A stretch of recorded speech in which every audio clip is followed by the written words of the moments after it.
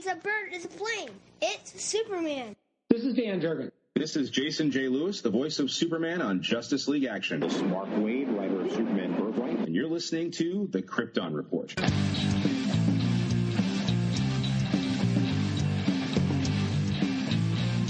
The Krypton Report podcast is dedicated to all things Superman, Supergirl, and the planet Krypton. We discuss movies, TV, game, comics, and all things DC. So join me, Tyler, with my co-host James and Jania. Welcome to the Krypton Report as we discuss the end of Supergirl. We've taken a beat.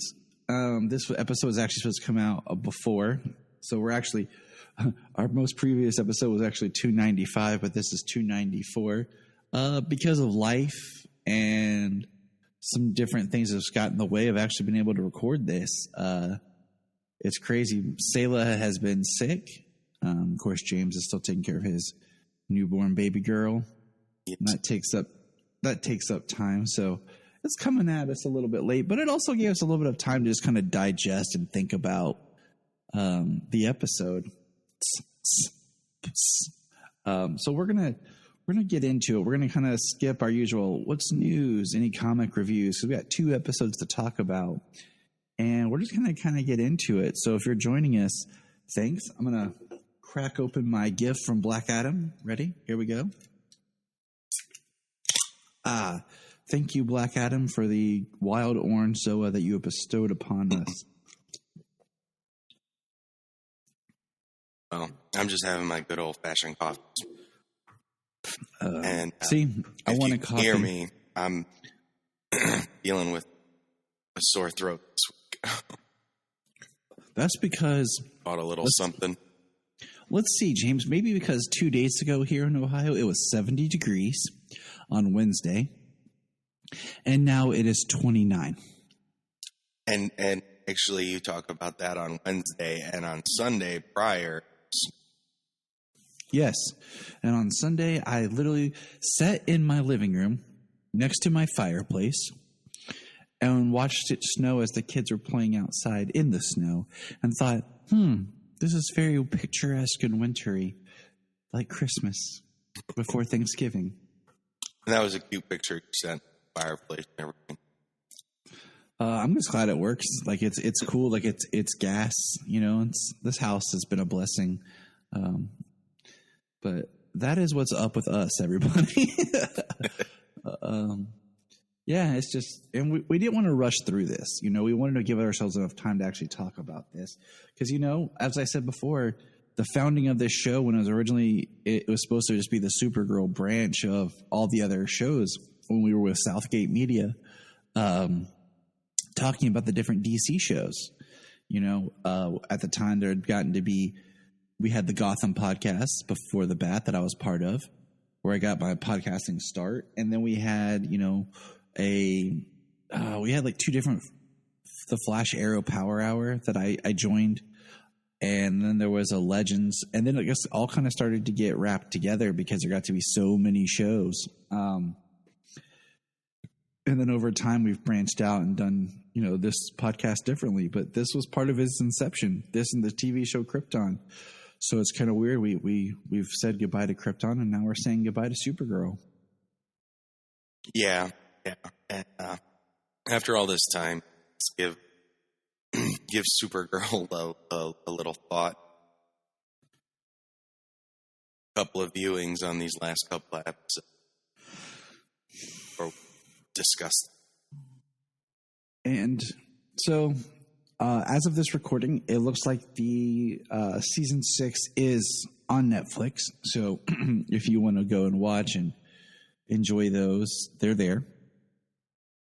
So let's get into first the Last Gauntlet, which is the penultimate. And let me read a quick summary here. Supergirl and the Super Friends take drastic action after a loved one is kidnapped by Nixley and Legs. An unlikely ally steps in to help the team. All right. Thank you, IMDb summary. Yes. First of all, the first thing I'm going to say is I really wish they hadn't done these 2 episodes in one night. I kind of wish they had spaced them out. looking at their schedule and what they had planned and all that. But I really do wish that it wasn't, because it wasn't like a 2-hour series finale. It was just two episodes. Yeah. I mean, the finale episode picked up immediately where it left off. Not like immediately, but continuing that exact from that exact. Or if they had spaced it out and done like 2 nights special event, Monday and Tuesday, you know what I'm saying? And spaced it out so that I could watch one episode, absorb it, kind of think a little bit on it, and then go into the next one. Instead of right behind each other. Well, seeing as the next one, like the entire season's villain story was wrapped up in like the first 10 minutes. Right, and that's the other thing. It was like, I remember I was watching it like, what? Well, it would be like the imbalance together, the way the second episode wraps up. I mean, you're right. I do want to give a quick shout out to Rebecca over at Supergirl Radio, because their breakdown of this final 2 episodes was amazing. And they have so much more that I think that we could go into depth about, because it was a 3-hour episode for them of their show. And so I highly recommend anyone checking out their review on it, because it was great. It was thorough, and it has a lot of similar points and things that I think that we'll hit and we'll touch on. But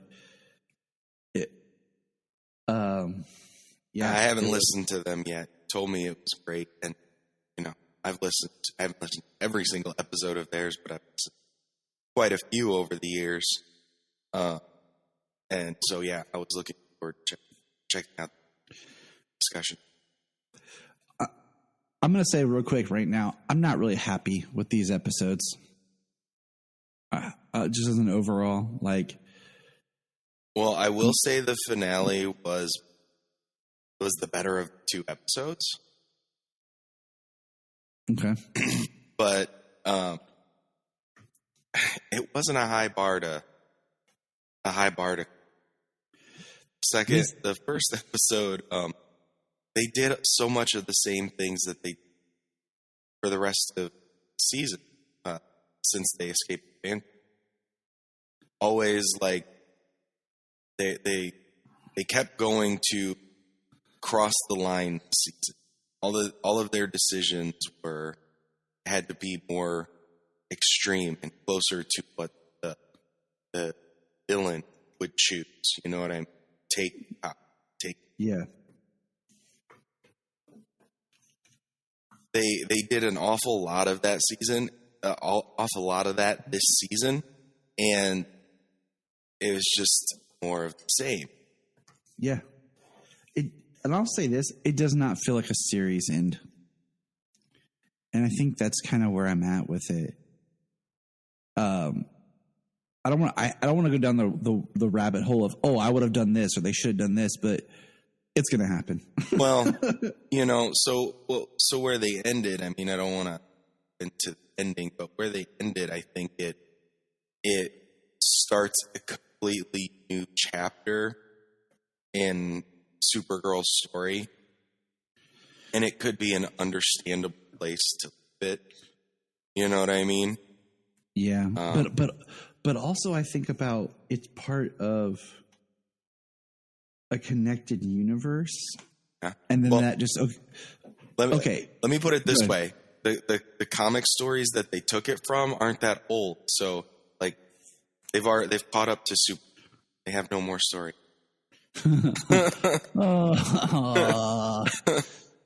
Yeah, they do. Kara secretly has a child from the future, right? Her daughter from the future. Oh, now they're just didn't they the do Flash. that on the Flash? Yeah. So speaking of the Flash, real quick. So Armageddon started, and in an interview, Grant Gustin said there is no in-story notation of why. know Superman or Supergirl's not there. There's no explanation. Like, we know that Alex is going to show up on Armageddon, but there's no reason. He says the truth is scheduling. He's like scheduling and real world stuff. So there's no like great explanation of why they don't show. They tried to get Tyler, I guess, for part, and it was just scheduling, which just kind of, is sad, because that's part of the problem that we have with this connective universe and certain storylines, especially scheduling because of the COVID restriction they have in place. You know what I mean? Yes. They are much stricter. Listen to any people talking. Anybody who lives in Canada, every time they go back, they are shut in for whatever it is, 10, 14 days. And they come to their place of residence and test them. But they have people who actually go to your place of residence and test you. You know what I mean? It's so they're maintaining a strong control on not allowing. And I mean, that's why they're able to film. Yeah, I mean, they're able to film. They're able to continue this. It does change the background of the shows, because it's always on the main cast, but there's no longer extras, and there's no longer too many people around in the streets or in the background. Yeah, this would be a perfect time for No Man's Land. Right? Absolutely. Like Flash, No Man's Land. Supergirl, No Man's Land. Like everybody, at least on Superman and Lois, like, we're on a farm, people, in a small town. There isn't people here. Yeah.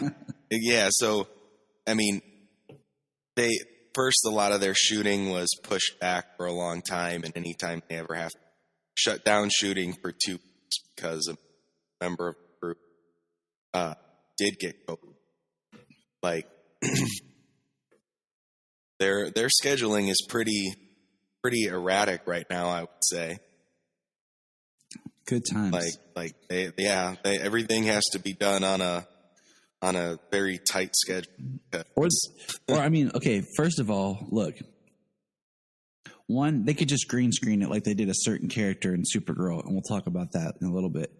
Or, like our man Zack Snyder did with Tig in Army of the Dead. Okay? So don't tell me they can't figure it out. You can set up a green screen in someone's hotel room and film, okay? Yeah, I mean, you really can these days with technology. So let's start with The Last Gauntlet, because we're going off. First of all, sadly, my theory was not correct. William did not come back as Doomsday. Yeah, that was with the multiverse all coming into one Earth. He did not pop up and come back as Doomsday. So that was sad. But we started with his dead body in the corner with a sheet on it, awkwardly. That'd have been Superman in another way. You know what I mean? Get killed and come back. Yeah. Maybe he'll come back. Maybe we'll get he'll punch through the coffin.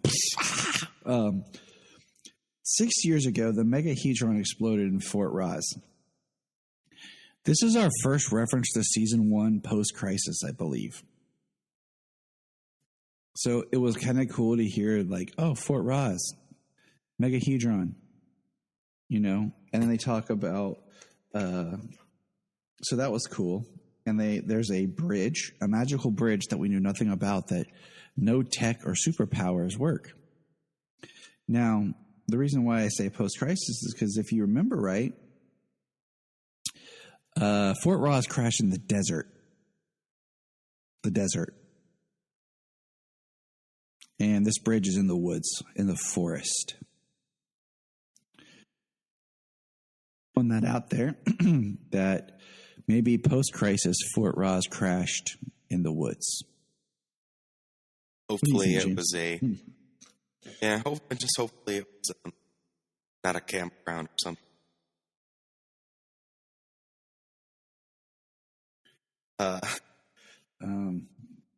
We have 14-hour clock.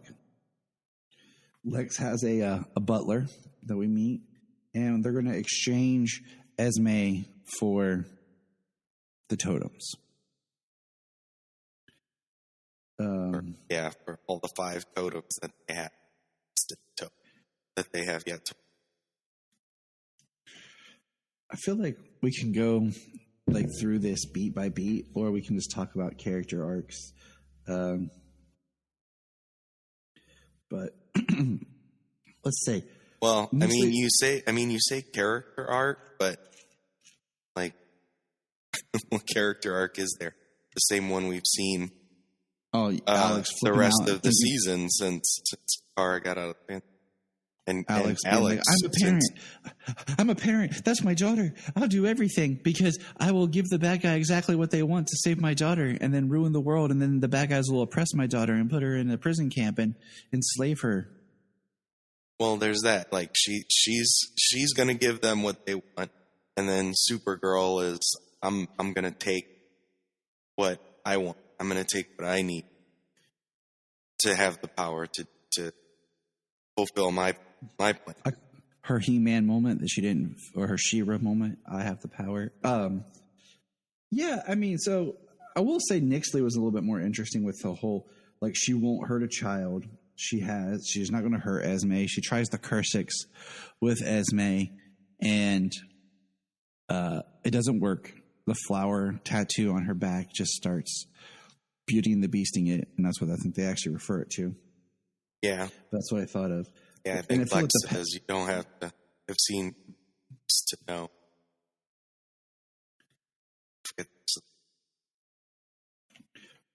Can we just state that the most worthless character in this has been Akrata?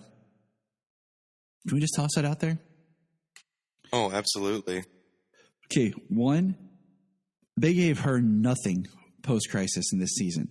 Like, Rebecca, I want to give credit where credit's due, mentioned, like, they should have given Andrea a storyline about being with Lena on the whole witch journey, because the medallion was technically Lena's mom's. Remember that? Oh, yeah, wasn't it? Yeah, so I'm just thinking that post-crisis, Andrea should have never been Akrata. She should have just been Andrea, the business something. I just thought of an Office quote.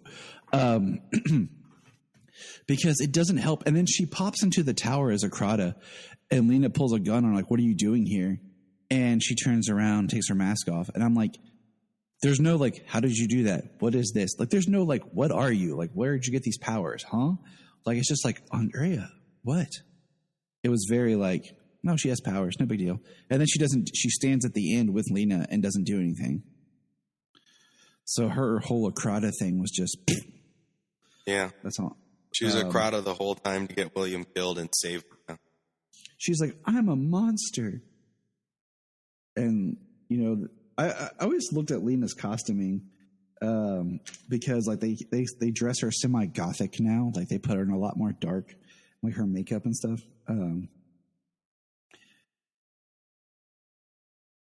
Oh, yeah, yeah, absolutely. Yeah, they have. Dark eyeshadow because she's a witch now.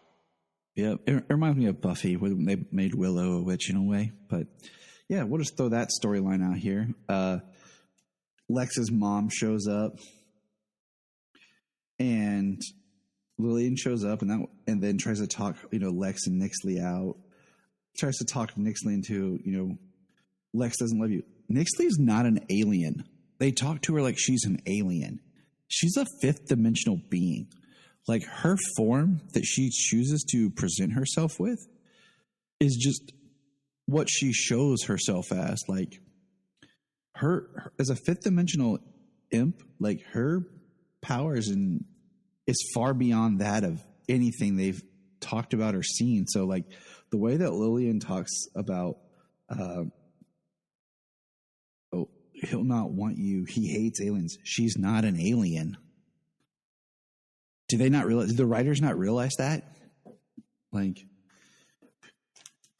I mean, it's a closed mind perception of her alien because she doesn't belong on Earth. But yeah, I mean, she's like they're beings of consciousness imagination. They are of a higher level. It's not even like magic that they're using. Yeah, like it's not like the same magic that Lena's using. It's it's like high concept. It's a reality orbit. It's a power. It's a control over. This is like where Grant Morrison needs to come in, and write something for them. Like, I can't even do his cool accent. I don't want to damage it, but he comes in and let me write your scripts here. Let me give you a better understanding. Right. Let me give you a tutorial of what these beings are. But Lex, he eventually chooses Nixley over the Luthor family against Lillian. And here's my problem with this whole thing, okay? Nixley's supposed to be the big bad. But she's been handicapped since we, put the bracelet and she's lost her magic or whatever. So is she really a great villain without her powers? The fact they had to bring Lex in, and Lex is kind of now the big villain at the end. It kind of undermines Nixley, do you think? Am I just... Well, yeah. I mean, since they brought in Lex in season 4, they've had to bring him back every season. They didn't know what to do after they brought him. I mean, he's great. Don't get me wrong. I love John Cryer. I just did the Superman homepage, did their Shield Awards every year. They just sent it out to vote. Mm-hmm. And one of it was best, recurring character on Supergirl, and John Cryer. That was my vote. I was like, I was like, go John Cryer. Woo! Lenny Luthor to Lex Luthor. That's a promotion. Yeah. But I just feel like in this episode and in the next one, some of the acting either feels so over dramatic, over the top, or so phoned in. It just seems like everybody's like, let's finish this. Well, they've read the material. They've rehearsed the material.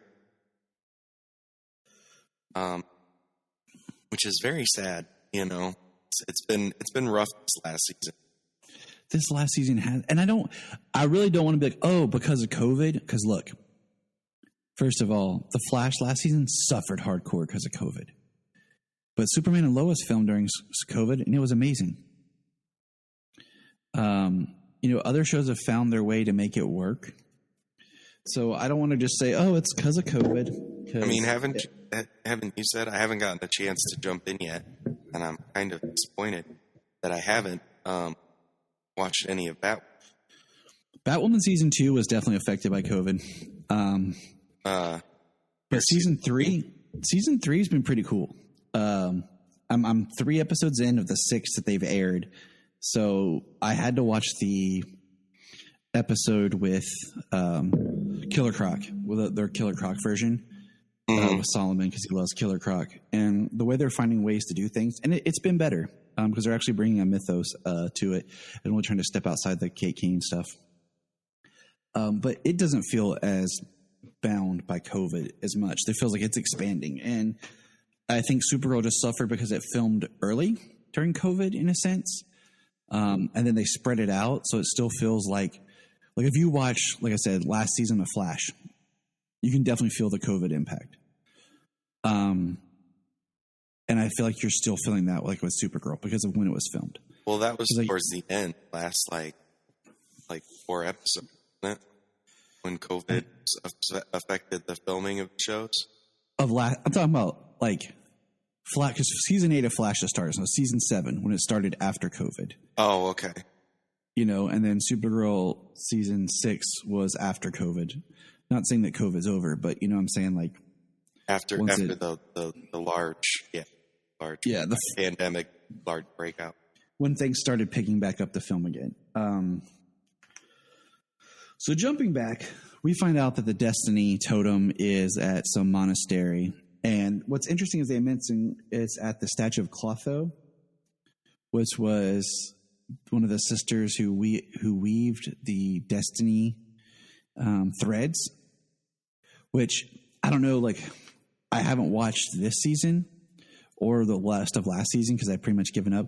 But they revealed Clotho was Charlie on Legends of Tomorrow. So I was like, oh, is that a Legends callback, or is that like going to play into anything because of that character and the Destiny Totem? No, nothing. But well, I mean, a couple of the totems they had been forged into mythical, like they've existed since the beginning of time. So like all this mythical stuff, this the slingshot date.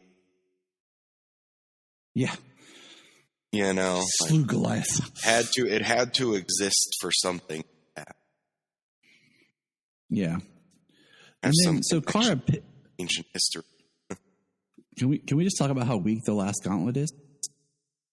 Like, Kara picks up the totem, and it's like her destiny, and it's like this, and then Alex just walks up and takes it. And it was weird because it took me a second to realize that Alex portaled in. I was like, wait, where'd she come from? And then she portals out. I'm like, but, and it was just weird because Clara's just like, lets Alex do what she wants. Like, okay, Alex. This forced drama between us at the last 2 episodes. And they're like, Kara makes the comment of, I had to let her go. I had to let Alex and Kelly go. Really? Really? I don't know. I just think it's dumb. But okay. Yeah. So I didn't like it the way she just showed up, took the totem. Let's get into the next dumb part. Okay. So they're going to use satellites to supercharge Kara with the sun. All right?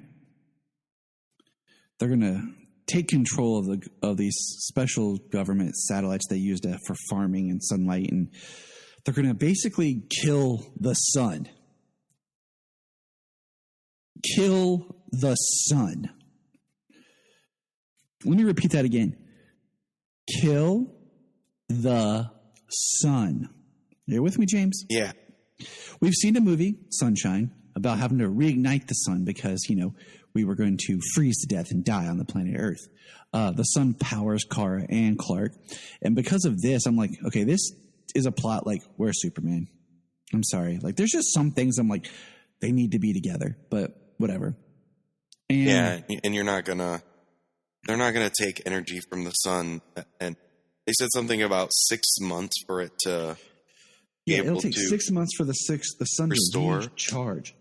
And Lena, the super smart scientist, is like, no, you can't do this because of how much impact it will destroy the Earth. Yeah. And they're like, oh, no, we have to do this. Let's drain the sun. And then, once again, don't want to give credit where credit's due, or give credit. They brought this up on Supergirl Radio. It was like, Kara just decides to do it in the middle of the city, not out in a field. Not like in space, like, in her like Jesus pose, that super characters often do, the Christ pose. Mm-hmm. Out in space, which would look awesome of her getting charged. No, she's over the city. And she's draining the sun, and the world's going to black. Like the light is actually getting darker as it's charging her. And I'm just like... And she's like hears and she's getting stronger. And I'm thinking kind of like, okay, maybe they're going to go with like an all-star Superman thing where she's going to get so overcharged that she's actually going to kill herself doing this. Okay. And then we see, the same extras, one being the bartender and different people. Well, I thought about that also, the all-star Superman. They had Overgirl was overcharged by the sun, and she blew up. Like, did that exist? Did that not happen? Post-crisis, you're going to do this story. Maybe. But what kills me, this is what kills me. this is where it gets stupid. They stop. Kara's like, no, we have to stop. This is wrong, Brainy. At 99%. Yeah. And then they're like, okay, and they stop it at 99%. And then magically, because of that 1%, Kara has no overcharged cells and the sun goes back perfectly fine. Yeah. As soon as, I mean, that is where I'm like, okay, that's just stupid. 1%, you're telling me I don't that know she didn't retain any. She didn't retain any of the energy. It's like if I drink my energy drink here and I leave 1 ounce, I still have energy from my energy drink. Right. I mean, they did say something about some kind of like solar, solar flare that they're going to use, and they have to like initiate it or something. But yeah, I mean, they're blasting her with it. Are they talking about the whole time was like a charge up for this one blast, and then they refuse to do it? But wouldn't she still be charged up in at least from whatever they're like? It makes absolutely no sense, and they were not willing to describe it either. Yeah, and then they just stop, and then the military shows up, and I'm like, "What's the military going to do? Really? It's not like the Department of Defense (DoD). Showing up with their kryptonite weapons. That'd make more sense. But no, just the regular army. They're mad. They got the secretary got there pretty fast, and we got parkour Brainy again. So that was awesome.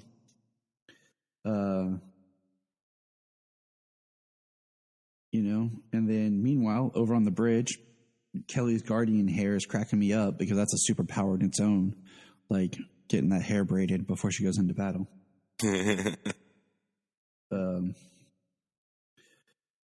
But they give Lex the totems for Esme. They get Esme, and then Lex blows the bridge, which is kind of weird in a sense because the bridge is not supposed to let tech work, but a bomb is kind of tech.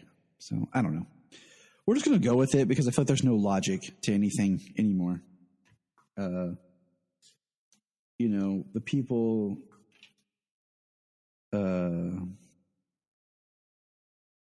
like just the whole, like Supergirl's like, we're wrong, Brainy, and Brainy, Martian Manhunter, and I don't know. It's just all stupid. I'm sorry. Like, Yeah. I hate saying it, but it's like you're shorthanding so much story points and beats, and you're building to what exactly? Because now we go, we have Lex and Nixley fighting, and then Kara and them show up, and they're all fighting. Like it was shot awesome. Don't get me wrong. Like the pan around camera of like this awesome epic battle of everyone fighting. Yeah, it was shot really well, in the production quality for the show. Good. But then something happens, James. I don't know if you're with me on this, but why did Lex and Nixley become lizard-looking people? Oh, you've got me. The only thing I can think of, the fractured Allstone work. Yeah, so the Allstone breaks into 3 pieces. Kara gets one, Lex gets one, Nixley gets one, and now, we have this whole. I'm torn because I like the idea of Lex in love with Nixley, but not at the expense of like. If I was going to continue the series, this would have been fine.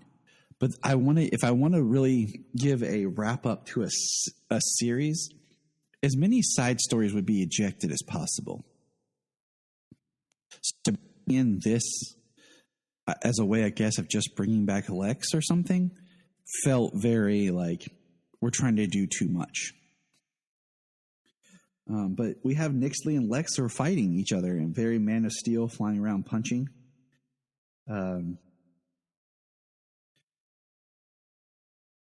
And we have a 72-hour clock that started because they're draining all the elements because of the. And I'm like, this would be a great time to call in reinforcements, Kara, but whatever. And then, did you know that this episode was inspired by Halloween Town 2? Did you know that? Yeah. Everyone's turning black and white. Kara, all she had to do was go, Trappa. Just say, Trappa, apart. And they'd all would have turned back to color. Since everyone's turning black and white for some interesting reason. Because without emotion, we're all just gray inside, James. Well, they stole another movie ending also. But that's actually the beginning of the next episode. Yeah, we're getting there. Like how Esme is the one who breaks the gallstone, though. Oh, it is, and I feel like Esme was underutilized because I just say that because she was around Kara and around John, and what if she just started freaking and was mimicking both their powers and became like a little Jack? Heck, that'd have been infinitely more interesting than what they did. Yeah. Totally. But continue. Oh, I was going to say, can we talk about how Lex blew up a bridge? Completely destroyed it.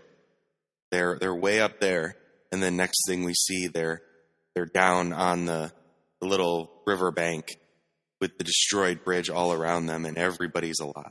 Nobody's dead. Nobody's hurt, and isn't especially powers aren't supposed to work there, so that means Kara would be like human. Martian Manhunter would be like human.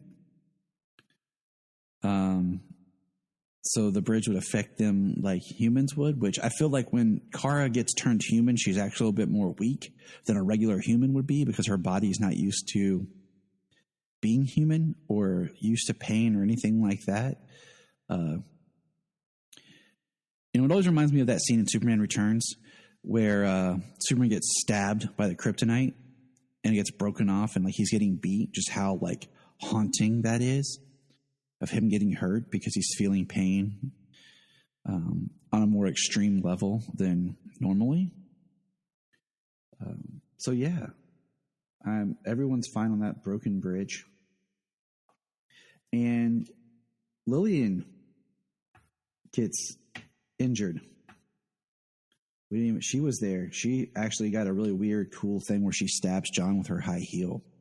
That was pretty cool. Yeah.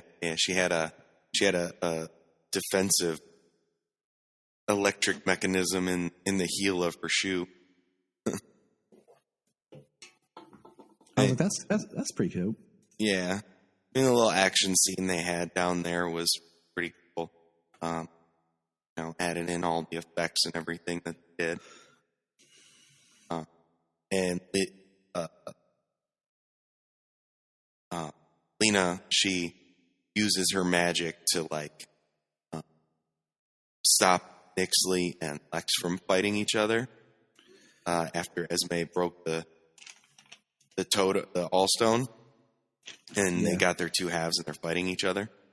And Lena does her magic, and then Nixley gets a shot off. She's going to kill Lex, and that's when Lillian dives in and takes the blast to the chest, saves Lex.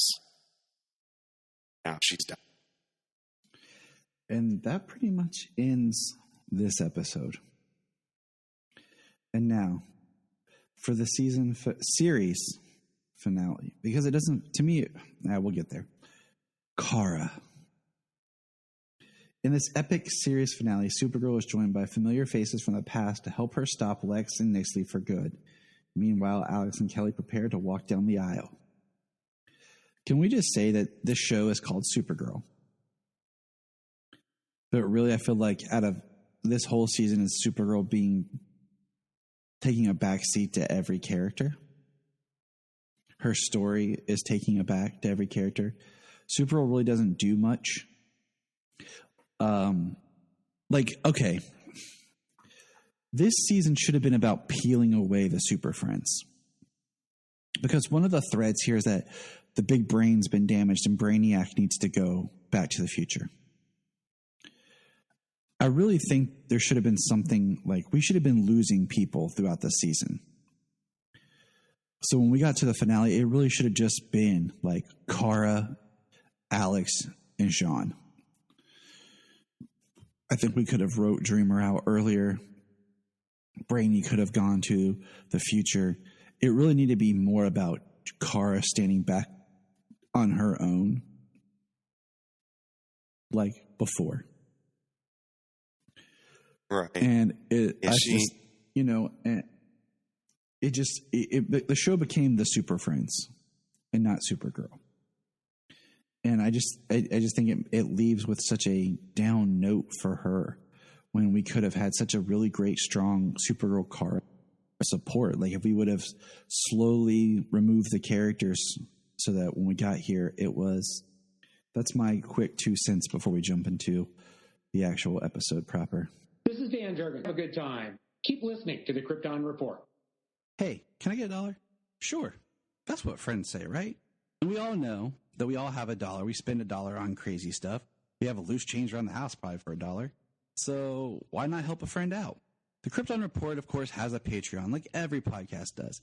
But unlike other podcasts where we're asking for a lot of money, we're just saying, hey, shoot us $1. $1 a month. Help us keep the podcast going and help us to bring entertainment to you. And you can hear the fun voices of me and James. So go to patreon.com/Krypton Report and give it a shot. Thanks. I mean, with the finale episode, it's just, I try not to look at too much of like what I wanted compared to what they gave us. But at the same time, I feel like you set things up and you did things in a poor manner. We'll talk about that when we get to the end. Built it up in a poor manner the whole season, you know? And that's why I feel like I'm not being too judgmental, you know? Okay, for example, here's a show. I don't know if you ever watched Dexter. Dexter's last season was so hated. Like, if you go and you look at, like, the ratings of every season, the finale, they're all super high. You look at the last season, it is super low. People hated it so much that they had to go make a new mini-series that's technically, like, the last season to wrap it up correctly because the last season was hated so much. Plus, everybody comes back nowadays for, you know, a mini-series or a special or whatever. Right. Revival.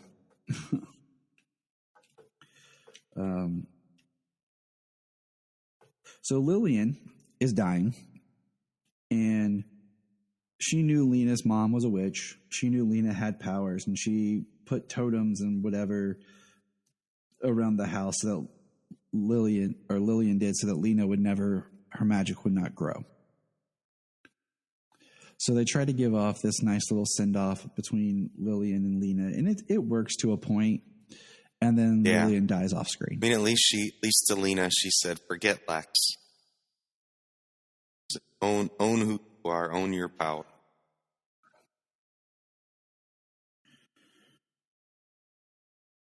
And that's nice, you know, but at the same time, I'm like, okay, was that earned? I don't know. Maybe. Was it just because she's dying she says this? You know, it's because she saved Lex and now she wants to save Lena in her own way. I mean, I guess. But yeah, she dies off screen. Lena feels a newfound closure to her relationship and closure ability with her power. So I mean that's good. Mm-hmm. So I mean, don't get me wrong, that's good. Kara does her Brandon Routh fly over the city and just listen above the city, and then she says, "My mission was to save them, to be Earth's hero."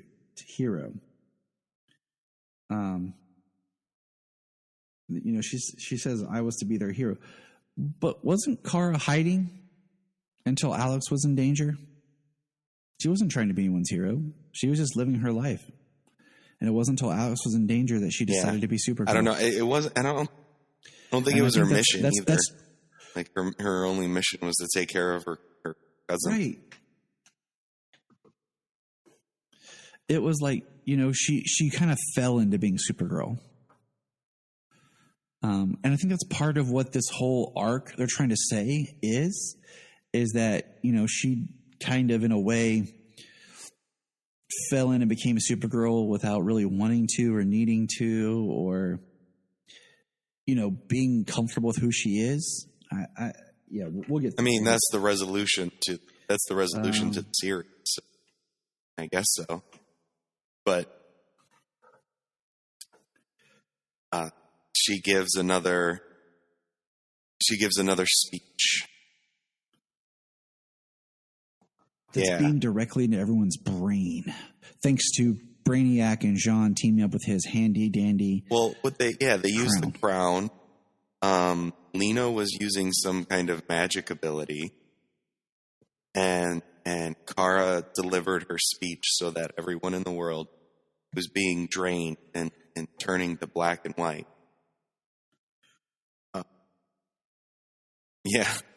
So that way they would take their power back. I mean, at least Orlando giving a speech felt more genuine because he was an actual person trying to inspire hope. And yes, Kara, we know hope and your thing is speeches, but it's like last season on The Flash was a lot of speeches and talk because they couldn't do as much action. So I get that. So I'm trying to go with it. Okay. I'm trying to go with it, but this feels, I don't know. I just feel like you could have done something where she's trying to give this hope speech, but like, what if she had given this hope speech while she was draining the sun? Like, it was like cut in between, like, trust me, I will save us all. I don't know. And then we didn't even mention, I hate to say it, but I guess Lex freed Mixie, Mr. Mxyzptlk, and he got freed last episode. I forgot to mention that. But never shows up. He just, floated away. So that's kind of funny. Like, if Mixie's free, but he's not going to help. Right. Just throwing that out there. Okay. But so Nixie, I guess, has power or something because they're on the street fighting and Lex snaps and we get Metallo, Overgirl, Red Tornado, and that who that's Parasite. Supposed to be? I mean, he looked like a giant pink monster. Yeah. I'm pretty sure it's Parasite because it looks like the Parasite we got before. And I also wanted to ask you, do you remember what happened to McGann? Last I recall her, she was on Mars. But I think she came to... Because I don't. She in the end of the last season? Me, or if it was just the writing. I don't not remember what happened to McGann. They just go back and forth to Mars. It's right up the block. James, did I lose you? Ah, damn it.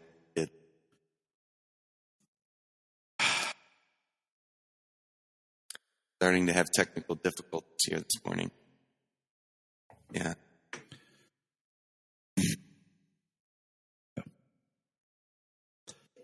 So, I mean, I think it was Parasite. It kind of made sense. I was like, oh, look, old foes. And,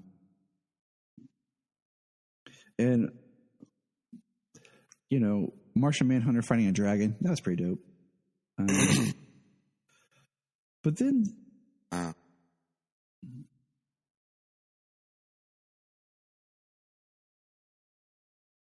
Right. I forgot Parasite was even in it. That's why I didn't remember. And let's not forget. So here we all of a sudden we have backup show up. Now Dreamer fought Nixley and and James Guardian showed Sentinel his deep voice, and that was cool. I will admit, I'll be honest. She was fighting James. Parasite. He was a great presence to have back, and I think had we had a little bit more time, an episode like a Kelly and James focused episode would have been nice. Like if we needed to give like Melissa a break or whatever, like a Guardian and Guardian team up episode would have been pretty cool. Seeing the Olsens together, because this is pretty awesome. I will say,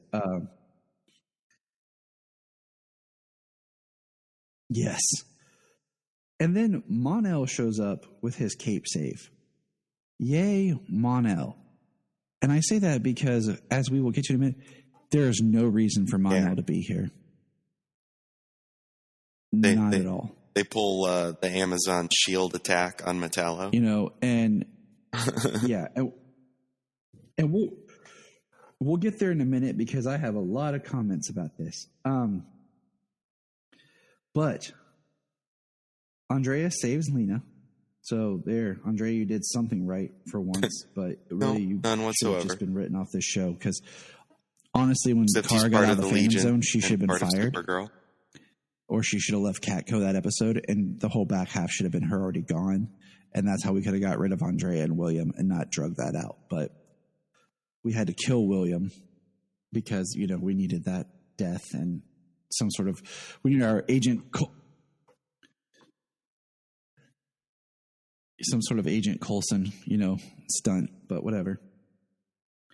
And then the best line of the entire episode goes to guest Helen Slater with a shotgun.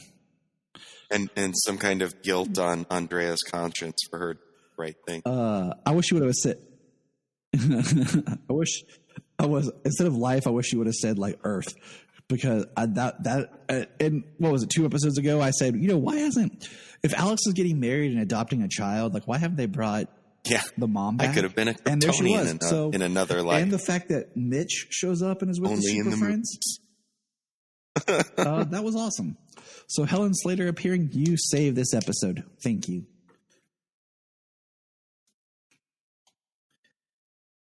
And then the Phantom Zone portal opens.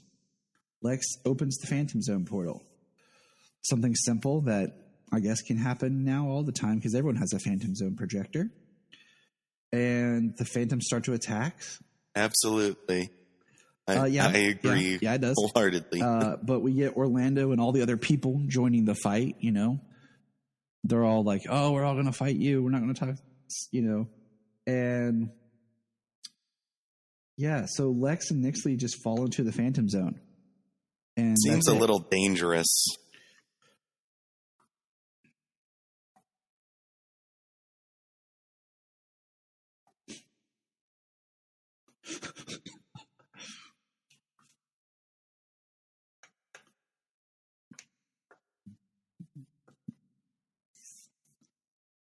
Well, not quite as simple. It was as complicated as the Justice League Steppenwolf ending. Yes. That they stole from the 2017 studio cut.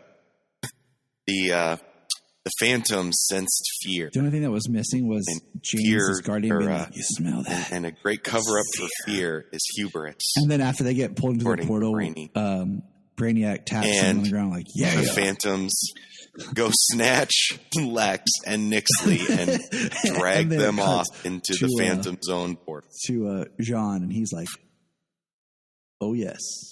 And then Kelly was like, booyah. Right. But, okay. So the big bads are defeated by just getting sent to the Phantom Zone. Or even says booyah. That's how you wrap up the big bads. In the first 10 minutes is they went to the Phantom Zone of their own creation. Right.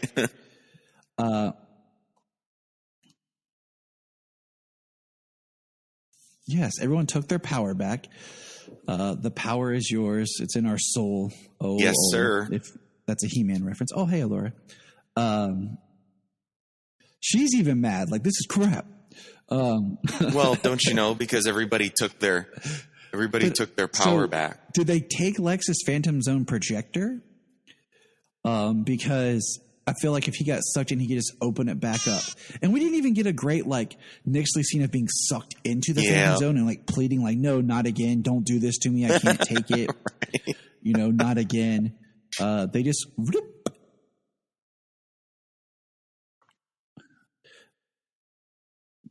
And I guess will Lex survive? I mean, I guess it's a cheap way of if they open the portal on Superman and Lois, Lex could fall out and then there he is.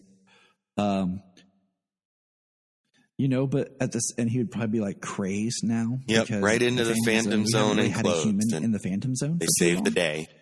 But yeah, so that's how they defeated this, the big bads. They just went to the Phantom Zone, which if that was an option, you could have done that, episodes ago. That's what did true. I always say, James, about Superman versus Doomsday?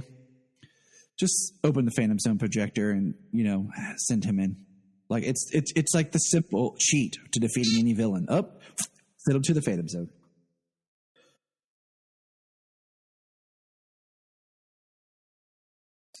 Yeah, it's true. So now we're at William's funeral. Everyone's like, "Oh, William, we miss you." Right. We learned that the DEO is being reimagined. It is. And reformed, well, that's why in Superman, that's cool. Doom, That's like circular Doomsday closure for broke Jean. out of.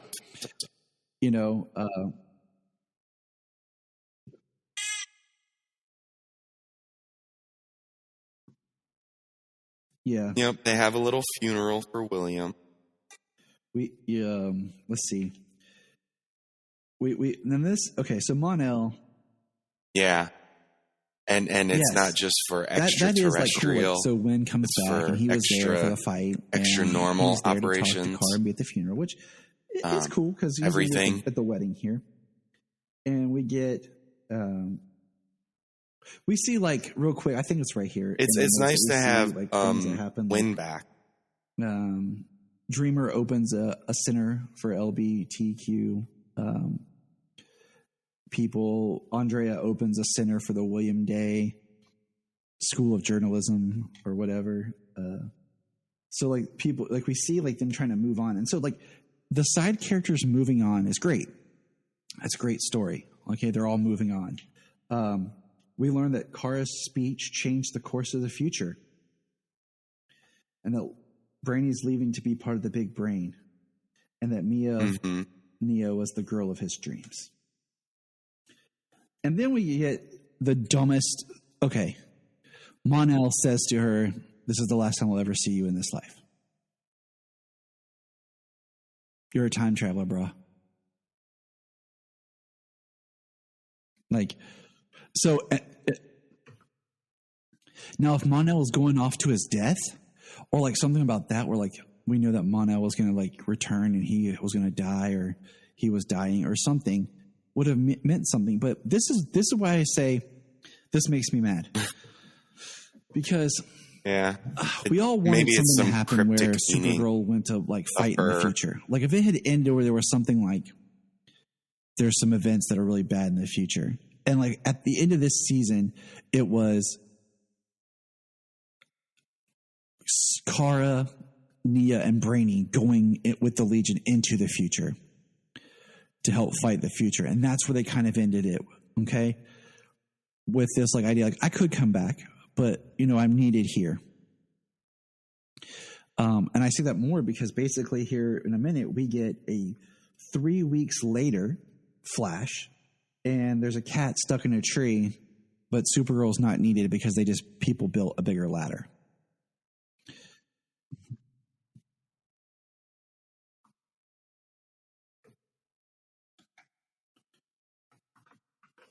Right.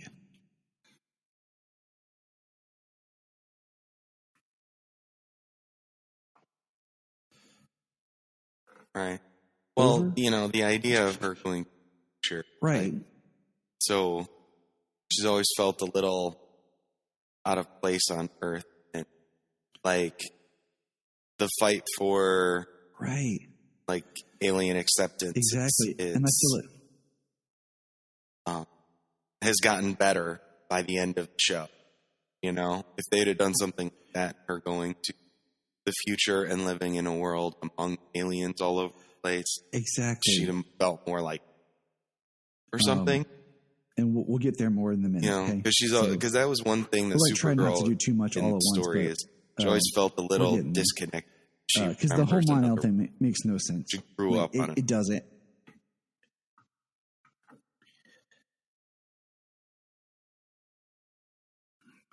But I feel like it's all drug out. Like it's all kind of quiet goodbyes, and it's all Alex and Kelly's wedding. Like the whole episode is like the rest of it's just the wedding, I And mean, it's the, not even the about Kara. last half of this episode Really, it's not. She is a takes very such a nice huge back seat. episode, and they did that very well. And that's what I'm saying. I almost wish they would have married Kelly and Alex earlier. And like we got to this, there was more of Kara drama. But Cat Grant calls. It is, yeah. And this is cool to see Callista back. But this was so green screen. You could tell. Like this, she's just in front of a green screen. And somehow she bought Catco back. Andrea, no sense of I'm going to sell or I'm going to move on with my life. Catco is bought off screen out of, surprise. Kara is offered the chance to be editor-in-chief for Catco. And Cat basically says, "Oh, it's because you're Supergirl." So Cat knows. And we theorized that before.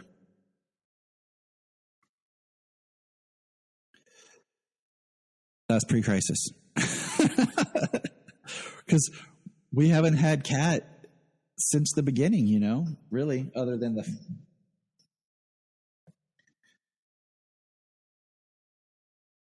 Well, we knew she knew. She called her Supergirl that one time. Was it? Oh, okay. Well, the fact is, I mean, the thing... Right? Well, the thing I did like was like she always treated her as Kara. She never treated her as Supergirl. She never let her skate by on being talk to her as a Supergirl. Voice was like great. She always pushed her to be Kara and be a better journalist. So at least that comes back around.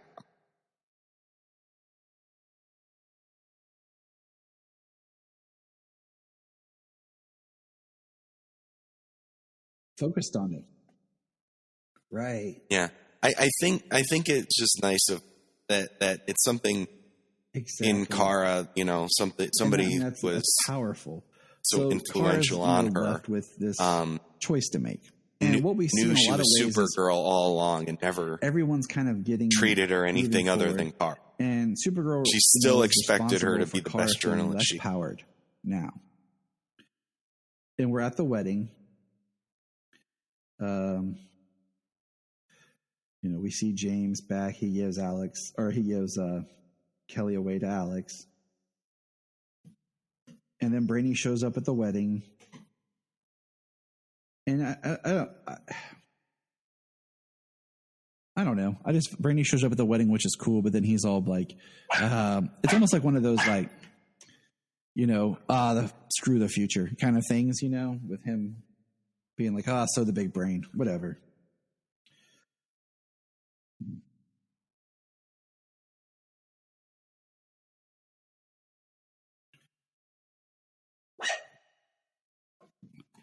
More sense of why they should all just go to the future to fight Krypto. Stop saving the planet.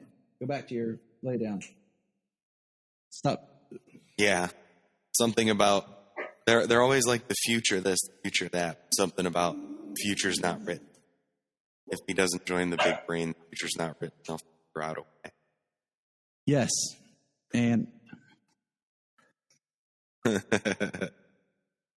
one of the highlights of the episode is during the wedding. I love that episode.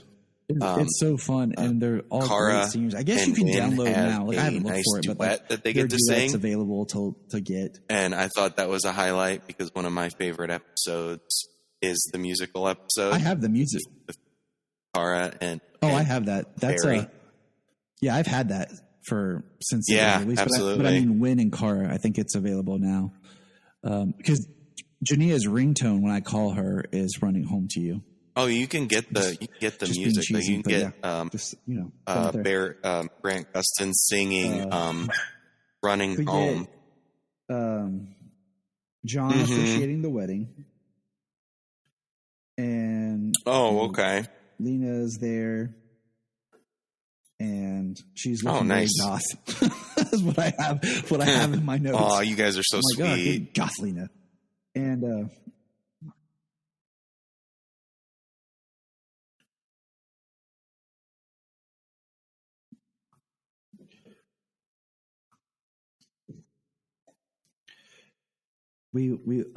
Lena is asked to be Esme's godmother, which I thought was awesome. Yeah. Because I think it just really helps Jamie make was like, Lena what feel did they more do part to her of the hair? group, To that Lena's she's hair. actually a valued member, and she's the not way they like, styled it back. oh, she's my friend because the way she's they Kara's did. friend type and thing. then the heavy eyeshadow.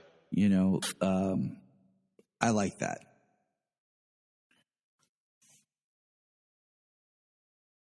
And then, of course, I miss James being back more.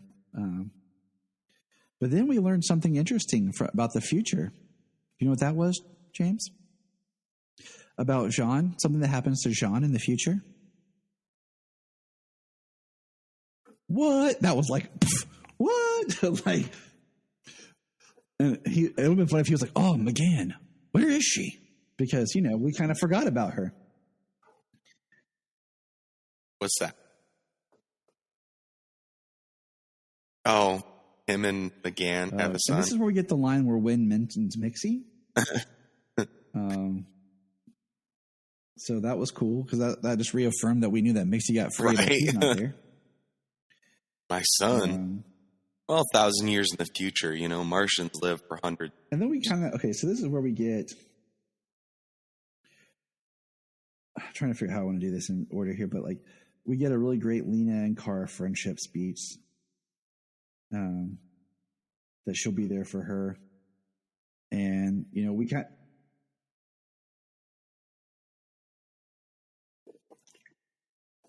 Yes, it was.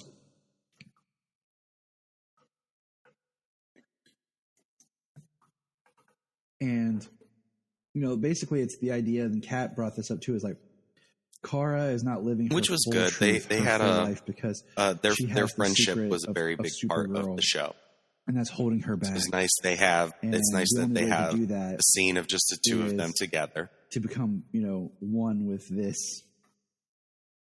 And then so Kara takes off her glasses and leaves her glasses and just standing there without glasses.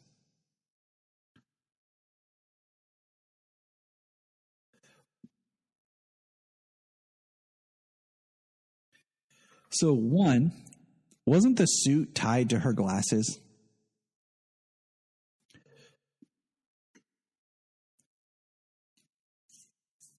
Yeah. Yeah. And she shows up so later. she just leaves her glasses. So does that mean she just leaves her suit behind? Of her as Kara. She does not have her glasses. Maybe. Like everything in the show happens off screen. You know, and I mean, so yeah, when they develop the nano suit, the she end of flicks it off her is glasses and her suit. Cat Grant doing this appears interview, broadcasted everywhere, all at once. Yeah, maybe she's getting a new and suit. She's talking about, you know, Kara Danvers, blah blah blah. Now it's time to meet Supergirl, and it's basically Kara coming out and telling the world she's Supergirl, that they're one and the same. So now she can live open and free as one person. And that's how it ends. And I'm like, that's cool that she, like, you know, that tries to pull back to, like, she never really wanted to be Supergirl, I guess, you know, kind of in a way. Like we talked about Superman earlier, that she was kind of forced to be Supergirl by saving Alex, and then she just kind of fell into it. But at the same time, I'm like, all the issues that we've seen in the comics and stuff since Superman revealed himself, like that's going to fall into Kara now. And that puts her family at danger too. Because, isn't it Alex Danvers, Kara's sister? Let's get her. You know? And that's why I feel like this is a better cliffhanger for a new season. So, like, the next season is all going to be about the stuff that she goes through. There is a whole open as Supergirl. Like, to me, that excites me for a new season. Right. It doesn't feel like I have closure to a series. It opens up a whole new area of storytelling. And I was thinking about, how do you end a series? You know, do you bring it around to something that you set up at the beginning? Yes, but how many times do they do that throughout the seasons? You know. And so I started reflecting on what superhero shows have we gotten endings for. In my notes, I have Gotham, Arrow, Smallville, and Black Lightning. Is there any I'm missing?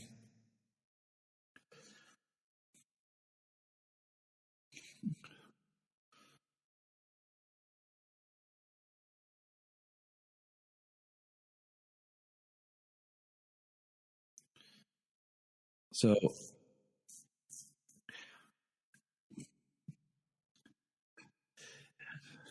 and even Justice League Unlimited, the way it ends, it's a cool end, but it's still more stories could go on.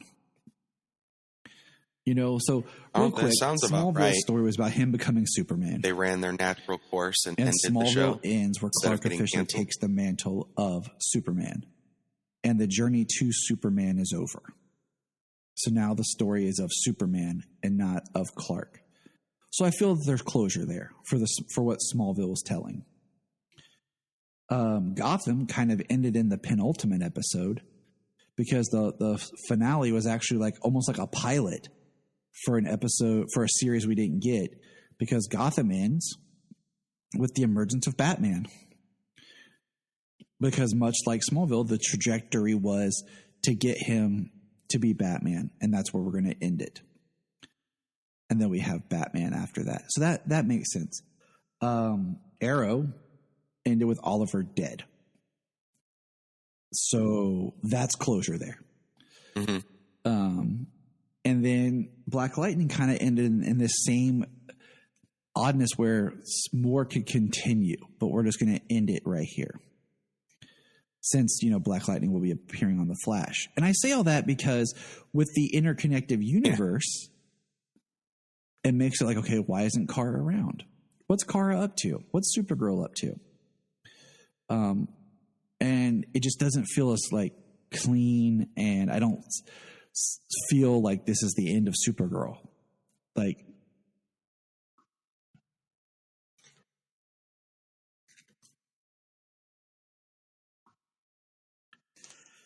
If it had been like I said, if it had ended something where I felt there's the new DEO, and we got a scene of Jean in a suit, walking into the Capitol, especially the way the president, she could absolutely and establishing show up, the new DEO with Alex on one as his number 2, and we got the scene of, like I said, you have Brainy, Kara, and Dreamer going to the future together to fight with Mon-El, and we have this kind of wink that Kara and Mon-El will have maybe a future together, or because I don't even remember what the Emra thing is, but this is post-crisis, so who knows?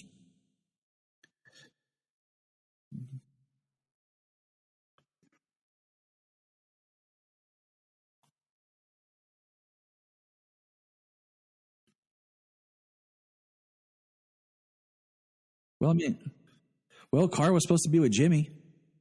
Oh, yeah. Well, it's post-crisis. When they tell the stories of shows, right? So that all got.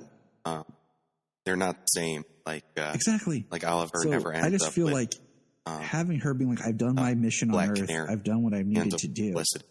I'm not needed on Earth. Kara was supposed to be with Jimmy. This is when kind she of goes to her, the future in some stories, she's with in the a way Brainiac 5. Her so why can't she be with Mon-El in Kara this Danvers version and not her Kara Zor-El?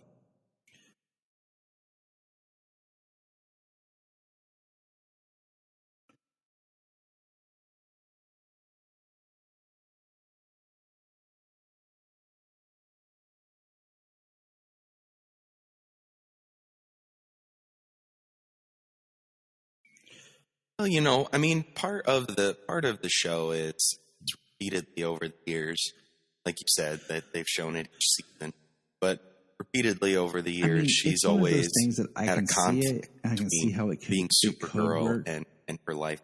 But at the same time, we talked about, so and we're not it is something that does tie back and over, but we talked about before, of her when they did merging the truth both with Superman, was the fact that now that they do this, how does that affect everyone around them? There was no I want to do this, because now what's the repercussions to the Danvers family? Because someone could come after Eliza, or what kind of repercussions could fall about they were harboring an alien all these years without reporting it, or so I just feel there's, when you're that type of level, even in a real world scenario, a lot of police officers, they have to carry specific like identification with them that omits certain details about who they are, like their addresses and stuff like that, in case anything's compromised, to protect their families. And, a lot of even police people and stuff have to live with a certain sense of guarding and protection. And I understand the idea of wanting to be one person and live like that and not have to hide anything. But when you're doing something like saving people and being Kara, like Supergirl, there is a level that maybe you do need to protect yourself and hide. I don't know. It works, but I don't know. Maybe in a few years I'll look back and be like, oh, it worked. I don't know. Right.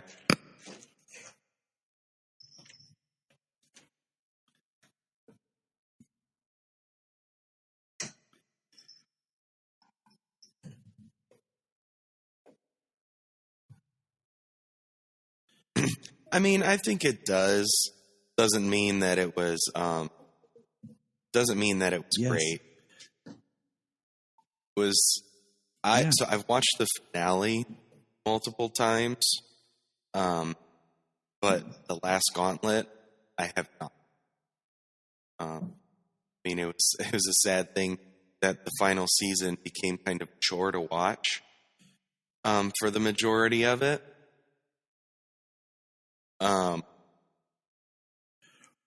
So I get what you're saying. I kind of just appreciated that's why the finale. I think that it works. I almost wish it would just been like Kara Part 1, Kara Part 2 or something, so it felt more. I don't know, like one less complex than they tried to make. It does work better as one. They couldn't, right? But at the same token, a lot of this whole season has been an episode starts right where the last one left off, as if it's one continual story, one continual episode. It is what it is. That's what we have. That's the end of Supergirl. It's been a 6-year journey, and here we are. This is how. Right.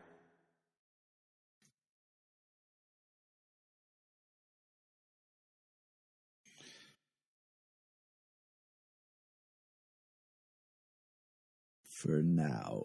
Yep. It ended on a nice shot. And that's why I feel like Melissa is Kara, Supergirl. In a way, just a nice smile, and where now it's like she's happy she can and just live as Kara, like she doesn't have to be Supergirl. And I think that's kind of what they were getting at. The world's been saved. Times, like it's one of those, and she's empowered, and she's empowered people to help themselves. With him giving up his powers, like I don't know. We could go down a whole rabbit hole, but it's like once you let something out of the bottle that like you exist, and that hero is out there, you can't really put it back in the bottle. So I don't know. This is what it is, and we'll just think on it, and we'll mention it probably, again. But we're gonna do kind of a recap episode. And we'll talk a little bit about, just the legacy of the show and right. But any other final?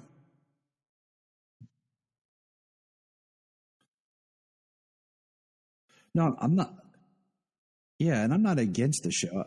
I don't want anyone to think we enjoy the show. It's been a bumpy road because I love the show, and then it became very much of a very hard show with an agenda. With it being over, it's not just good points. It's not abandoning. It's been up and down. So Kryptonian after all.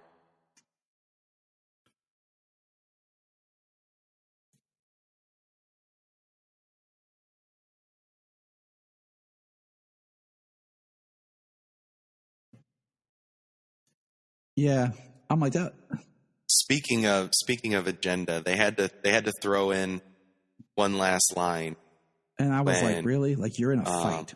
Like, you're just trying to be like quippy. Alex is fighting Harrison. And he swipes at her. All right, whatever. And she says, "No touching without consent." But yeah, I mean, so the show's, it's they had to, got a lot of they negative had to feedback throw in from one that, last agenda line scene. in this And episode. I think you can do very well with certain topics, but it became very forced.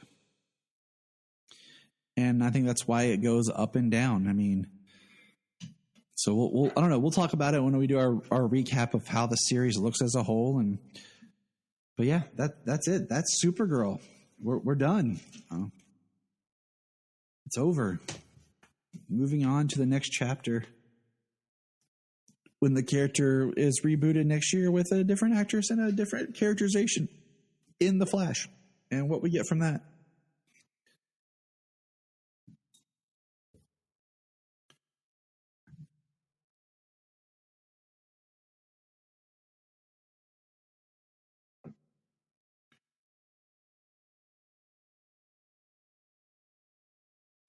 I would love to just see her show up. Like, I need some Superman and looking Lois forward closure. to seeing what happens there. I need her to show up I for hope one Melissa episode. will I need her just to come in and they're like, some cousin point, Kara. Like, I need the boys to meet her. in an Like, episode I need to see or some two interaction between them. In The Flash, Okay, or they could have green Superman screened and her Lois. a la Zack Snyder Army of the Dead into Clark and Lois's wedding, but I think, and it would have been, or they could have, you know what?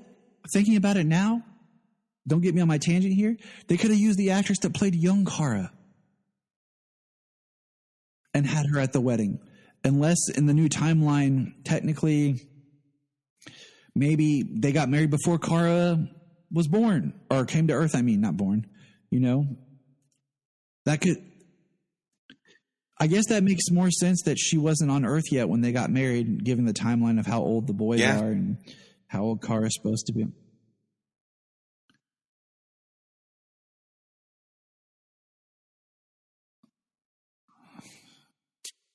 Right. If they got married pretty So quickly. I mean,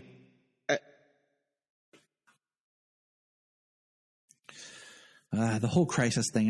they would have had to. Yeah, they would have had to. They pushed the timeline I want to see them back. interact again. They would have had to push the timeline at least an back episode. By the time give me. She arrived, he was Superman. Probably. You know what? And he was comics. with That's Lois what we do. prior to. That's the point arrival. of this storytelling. If you're going to connect it, you have to think these things through. And at least if you're going to do this, okay, I'm told we're thinking about it too much. At least maybe give me a good episode of them two probably. Talking. They don't have to. That's the point of comics. Just Kara comes to the farm and they just talk, and Clark talks about how Kara's doing connected, living it must openly, and he can mention how he don't think he could ever do something like that. That'd be a great dialogue between the characters that share the same burden. She doesn't have to be in action. It doesn't have to be like that. It's just her and Tyler sitting and talking. Would be a great episode for season 2. But we're going to put a pin in it there. James, a pleasure. So tune in next time when our next episode is kind of a look back. And I think so, yeah. Yes, still have more Kryptonians to talk about.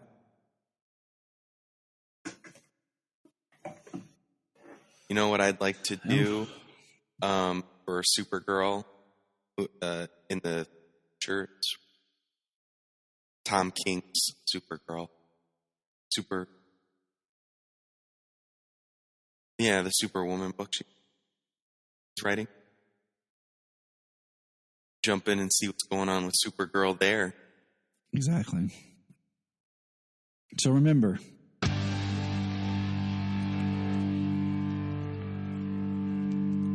up in the sky. the Krypton Report is a Tears production. We thank you for listening and enjoying, and please support us on our Patreon account, our TeePublic store, and check out our social media. Always remember to look up in the sky. Do you like movies? Of course you do. Do you like comic book movies? Of course you do. Well, our Patreon is launched now. It's $1 a month. That's all we ask. $1 a month to hear great content And right now, one of the biggest things we're doing on our Patreon is movie commentaries. I am a movie person, and I love to talk about movies. So what we're doing is at least 2 movie commentaries a month. You'll hear the wonderful voice of my wife, Jania, more often, and other special shows. Check out our Patreon at kryptonreport.com/Patreon.